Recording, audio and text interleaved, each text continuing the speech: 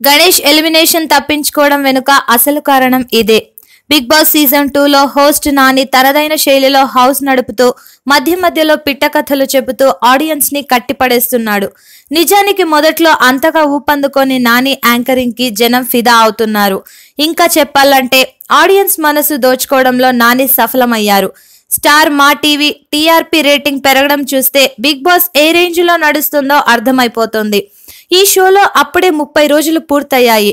వారం వారం ఎలిమినేషన్ లో చూస్తే మొదట సంజన, తర్వాత నూతన్ నాయుడు, ఆ తర్వాత శ్యామల, తాజాగా భానుశ్రీ ఇలా ఎలిమినేషన్ అవుతున్నారు. ఒకసారి కొందరు, మరోసారి కొందరు ఎలిమినేషన్ కి ఎంపికైతే ప్రతిసారి నామినేట్ అయిన ఏకైక కంటెస్టెంట్ గణేష్. అయితే అన్నిసార్లు సేఫ్ జోన్ లోకి వెళ్లిపోవడం విశేషం. గణేష్ నాయుడు రేడియో జాకీగా పనిచేసి అందరినీ ఎంతో మెప్పించి బిగ్ బాస్ హౌస్ లోకి అడుగు పెట్టాడు. అయితే హౌస్ లో ఉన్న కంటెస్టెంట్స్ ని మెప్పించలేకపోతున్నాడు. ఎవరిని కదిలించినా గణేష్ మంచివాడు, అమాయకుడు అంటున్నారు. కానీ గణేష్ తన టాలెంట్ చూపించి మెప్పించడంలో ఫెయిల్ అయ్యాడనే చెప్పాలి. ఇంత జరిగినా గణేష్ ఎలిమినేషన్ అవడం లేదు. బిగ్ బాస్ హౌస్ లో కామన్ మ్యాన్ లో అందరూ గణేష్ కి సపోర్ట్ చేస్తున్నారు.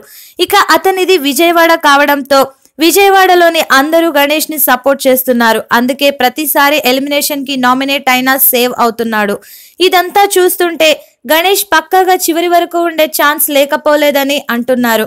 గణేష్ మంచివాడు, హెల్త్ ప్రాబ్లమ్స్ ఉన్నాయి, సరిగ్గా చేయలేకపోతున్నాడు అని హౌస్ మేట్స్ అందరూ గట్టిగా నానికి చెప్పారు. మరి భవిష్యత్తులో ఏం జరుగుతుందో వేచి చూడాలి.